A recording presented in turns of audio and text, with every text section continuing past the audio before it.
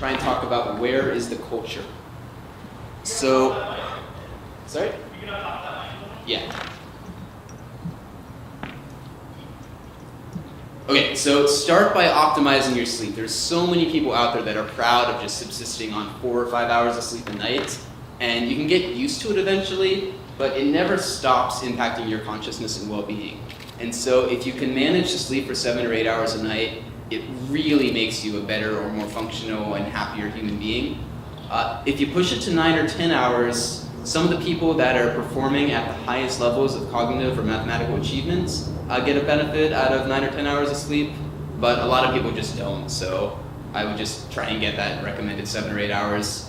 11 or 12 hours is almost always a negative. That they sleep studies on that seem to indicate that sleeping for 12 hours just gives you a brain fog for the whole day. There's a software called Flux, which when installed on your computer shifts the light towards the red spectrum at night, and not having this obnoxious glowing white light on your computer monitor really helps you get to sleep. Additionally, you can just put red lights in your room, and not having white light staring you in the face as you're preparing to go to sleep goes a long way towards falling asleep. Additionally, blackout curtains are a good sleep mask. The sun getting in your eyes in the morning whenever you're trying to sleep until 11 a.m. is not helping your sleep quality. And if you're sleeping on a 15-year-old mattress, memory foam or latex goes a long way, especially if you're sleeping with a partner, and that these kinds of mattresses don't transmit the vibrations from one side to the other. So if your partner is rolling around on the other side of the bed or getting up at a different time, that won't disturb your sleep. Melatonin is one of the most important supplements out there. It broadly does good things for health in the brain, and it helps just about everyone get to sleep about 15 or 30 minutes faster. So in that sense, it's literally like free time. You know, you're getting an extra 30 minutes of your life back. Surprisingly, microdoses are more effective than the normal dosages. That if you go to a drugstore, you will typically be sold a 3 milligram pill of melatonin. And any study on melatonin that has ever been done says that less is more. That 0.3 of a milligram can work better than the dosage 10 times as high. The most common side effect of melatonin is vivid lucid dreams. So it's not so bad in the scheme of side effects. For chronic insomniacs, there's some other safe supplements that you can add on top of melatonin to get to sleep safely and easily. 5-HTP is a precursor for serotonin and ends up being somewhat converted to melatonin, and feels pretty similar except for the side effect of causing happy dreams. GABA is a neurotransmitter that's agonized by alcohol and benzodiazepines. You can get it cheaply in supplemental form, and like that, it just feels like physical sedation. And if you have all three of these together, 5-HTP, melatonin, and GABA, that knocks out most chronic insomniacs. I'm a huge advocate of drinking more water. Very much a believer in that recommended 8 ounces of water a day. It goes a long way. But having even more water than that lets your body safely tolerate more electrolytes. And perpetually operating in a well-hydrated, well-electrolyted metabolic state just lets you reach higher levels of physical and mental achievement. So I have some favorite sources of electrolytes. For sodium, I really like pink salt, Himalayan rock salt. It's great stuff. It's 98% sodium, 2% calcium, and some other things. For magnesium, there's a supplement Concentrace from Trace Minerals Research. It's water from the Great Salt Lake that's evaporated and then with the sodium removed. So what that ends up with is a supplement that is just about all magnesium, but then still has 80 other trace minerals in small amounts. So you can get some vanadium or beryllium or lithium that might be missing in your modern Western diet. For calcium, algae source calcium is way more bioavailable than normal calcium supplements. It just seems in general that full spectrum sources of vitamins and minerals are much better absorbed by the body than these supplements in their isolated forms. Potassium, I don't know of a full spectrum source for it other than coconut water, but you can get straight up potassium citrate and supplement that, and it is like 2 hours of jitter-free energy. My favorite off-the-shelf electrolyte supplement is 40,000 volts from Trace Minerals Research. It is The same as the concentrates, but with potassium added. So you're getting all the electrolytes at once. So there's been a kind of trend or fad on the marketplace to sell water with electrolytes. It's like straight out of the vision of idiocracy. But Skip Smart Water, it doesn't really have electrolytes in it. It's just like dots of salt, but nothing that actually counts. The only water off the shelf that seems to have actual high amounts of electrolytes is the German mineral water Apollinaris, which is high in sodium and magnesium, which is a pretty bioavailable combination. And a whole bottle of Apollinaris is pretty stimulating or reasonably mind-altering. I've been looking at trying to get high potassium mineral water, which you can get from Eastern Europe, but I have not found out a way to get less than a shipping container's worth of it. So if anyone has space to store a shipping container of mineral water, let me know. Okay, so I'm gonna get into some of my personal favorite interventions, supplemental or drug-based interventions. Bacopa is an Indian herbal medicine that isn't too well studied, but in most anecdotal user experience, people really believe that it enhances math ability and verbal fluency, and it works right away. It's not something that takes weeks to build up in your system.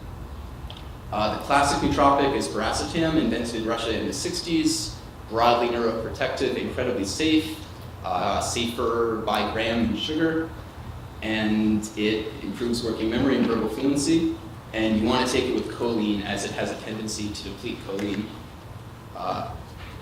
Creatine, especially vegetarians, there's been a number of studies showing that supplementing creatine can really increase IQ in vegetarians. So if you are a vegetarian, I would just go out and get some creatine and see what that does for you. Huperzine is an acetylcholinease inhibitor regulated as a supplement. So that's the kind of typical Alzheimer's management drug, but you can take that well before you develop Alzheimer's. And it's kind of particularly useful if you're in a situation of acute learning, like if you're paying for a private lesson or something and you like really want to just maximize absorption of new information, that's when an acetylcholinease inhibitor will be best. Vinpocetine does nothing more than increase blood flow to the brain. So it doesn't do that much on its own unless you just want to sit and meditate and feel the extra blood in your brain, but it mixes and amplifies all of these other things. So a lot of the commercial products out there that are blends of nootropics, they mostly all have vinpocetine in it. Picomolan is a highly bioavailable form of GABA that is also a bioavailable form of niacin. So it's stimulating in a very relaxing way. So it's the kind of thing you might want to take a few hours before going to sleep if you wanted to get a little bit of highly focused work done. And then modafinil is mostly the strong one of these that I take most often. And modafinil is a narcolepsy drug. It's billed as a wakefulness promoting agent. And for something that increases focus and energy, it has far fewer side effects than amphetamine or Ritalin. And it's very expensive if you get it in the USA with a prescription, but quite cheap to buy on the internet. So you can get a prescription from a doctor and then go to mymodafinil.com, have it shipped generically from India. I wanted to talk briefly about antidepressants. Definitely don't be depressed. That doesn't make you smarter. If you're doing therapy, talk therapy, cognitive behavioral therapy is just about the only thing that has strong evidence towards it working. If you're taking SSRIs, I would consider switching to a different drug. SSRIs are well known to cause brain fog and have a pretty negative side effect profile. Wellbutrin, the NRI, is severely underrated and literally has the opposite side effect profile of the SSRIs. So it makes you a little smarter, it causes you to lose weight, and it makes sex better. Seleginine is an MAOB inhibitor and is also vaguely cognitively enhancing and neuroprotective. Also almost never prescribed by psychiatrists for whatever reason. Just a few things that everyone should take. This is close to consensus. Vitamin D and fish oil, if you're not taking those, I would start right away. Grass-fed beef liver is more of my own strong belief, but 4 ounces of that a week is an absurdly dense and bioavailable delivery of vitamins and minerals, but it's kind of gross. So questions are, where do we go from here? That this kind of information was controversial for a while, but the 2008 Nature editorial that was more or less advocating for usage of cognitive enhancing supplements among scientists was a really big step forward. And there have been no real responses to it. Like, no one has gone and said, we disagree with this Nature editorial and think it's evil for scientists to be taking brain enhancing substances. So what's next? I would like to see a lot more research in undergraduate populations. It can be hard to test if you're actually increasing IQ, but it's pretty easy to test if you're increasing GPA, and that's close enough that we can just use that as a test target. So I'd love to see testing of Bacopa and Paracetam in people taking classes like Calculus 1 or 2. And I would expect that we could pretty quickly establish that giving these drugs to undergraduates decreases dropout rates. There's really not that much resistance among undergraduates towards wanting to take these kinds of things. Mostly they're just worried about legality, accessibility, cost, and safety. You can help by just building the body of anecdotal evidence that if you take these things, talk about your experiences on the internet, and you can try and track your mental performance with various software tools. Quantify-mind.com is a pretty good one with brain training tests that you can keep up with. We also are entering this period where there are really no strong public figures advocating for this kind of stuff. So if you want to step up and tell people about this, we need as many people as we can get there advocating for this if we're going to affect cultural transformation. I'm really not sure how long it's going to take for us to get towards nationally sanctioned use of this kind of thing. But if I was going to guess, the Chinese Academy of Scientists will endorse this long before the United States does.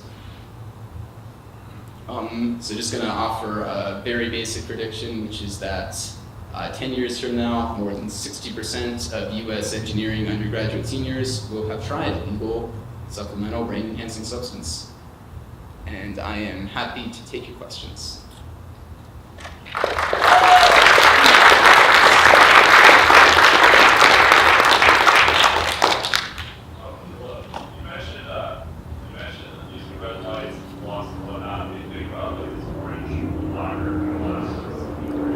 Yeah, same kind of idea. Sure. So Scott asked about using red glasses. You can get them pretty cheap on Amazon. They're safety glasses that make everything you look at look red, and that has substantially the same effect as having red lights. I just usually don't remember to wear the glasses, but it's pretty easy for me to leave the red lights on in my room. Have you seen anything on the AR inhibitors, like the C16 AR inhibitor? It sounds vaguely familiar, but I couldn't talk about it. Okay. So. Did you mention anything about resveratrol? Yeah, I've taken it at various points. I guess I've maybe thought that it was oversold at some point and that it might not be quite as effective as it was billed as, that there seems to be something like that red wine's action is more complex than just resveratrol, but certainly it's not doing any harm to take. If you're taking it, I wouldn't stop, but it might take massive dosages to get the effects, like a whole bottle at once. I don't know, I had increased energy levels and mental acuity. Well, I mean, a lot of these things are really different from person to person, so if something works for you, I definitely wouldn't stop. Go ahead. First, is there any equipment on it? I think the only one of the commercial ones I've tried has been Alpha Brain, and what's the active trio? I think it's Bacopa, vinpocetine, and huperzine. And yeah, it works. I mostly prefer to be able to titrate and experiment day by day, so I haven't stuck on any of the commercial ones, but I would try and experiment yourself with the individual ingredients before you settle on a complicated stack like that. Talk shit on somebody. So a lot of the blends that are garbage, it's not that they're garbage, it's that they're neuroprotective rather than cognitively enhancing. So some of the mainstream vitamin companies have blends that they bill as smart drugs that aren't really active. They might just very slightly lower your risk of Alzheimer's. I'm glad to see that you included sleep, but what about exercise? Yeah, that should probably be number 2. Definitely exercise.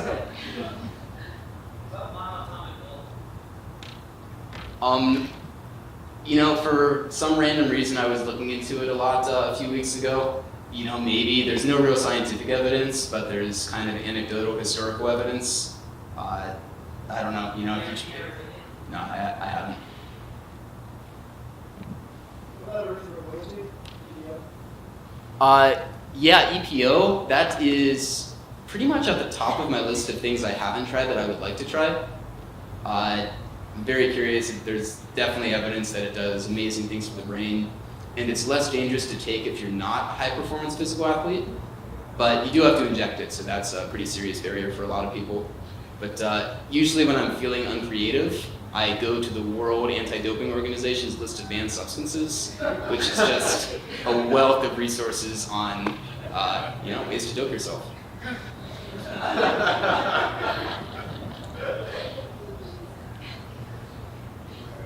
know a neuroscientist who said Paracetarian is not very well known. It does too many things and it's probably not wise to do. Do you provide the evidence for why it's It's one of those things, kind of like cannabis, that there's no known overdose amounts. So, So piracetam is one of those things that, like cannabis, no one has really overdosed on. That it's been tested in utterly heroic dosages in mice and humans, and no one dies. So, yeah, it's not that well understood, but it's at least not in any way acutely toxic.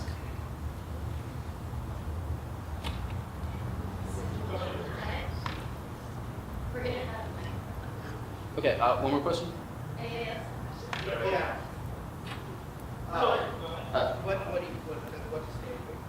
What to stay away from? High dosages of amphetamine. What's it going to take to get the first poker player or futurist or somebody sponsored and actually taking stuff? Is it like, is there drug efforts or drug legality aspects and that stuff? Poker players are well into this stuff already. But not sponsored by that, that's the point. So, get sports stars or something. Yeah, I think it'll happen by the World Poker Tour next year. That Alpha Brain was sponsoring and had booths at the tournament this year, so I think it'll take off. All right, thanks everyone.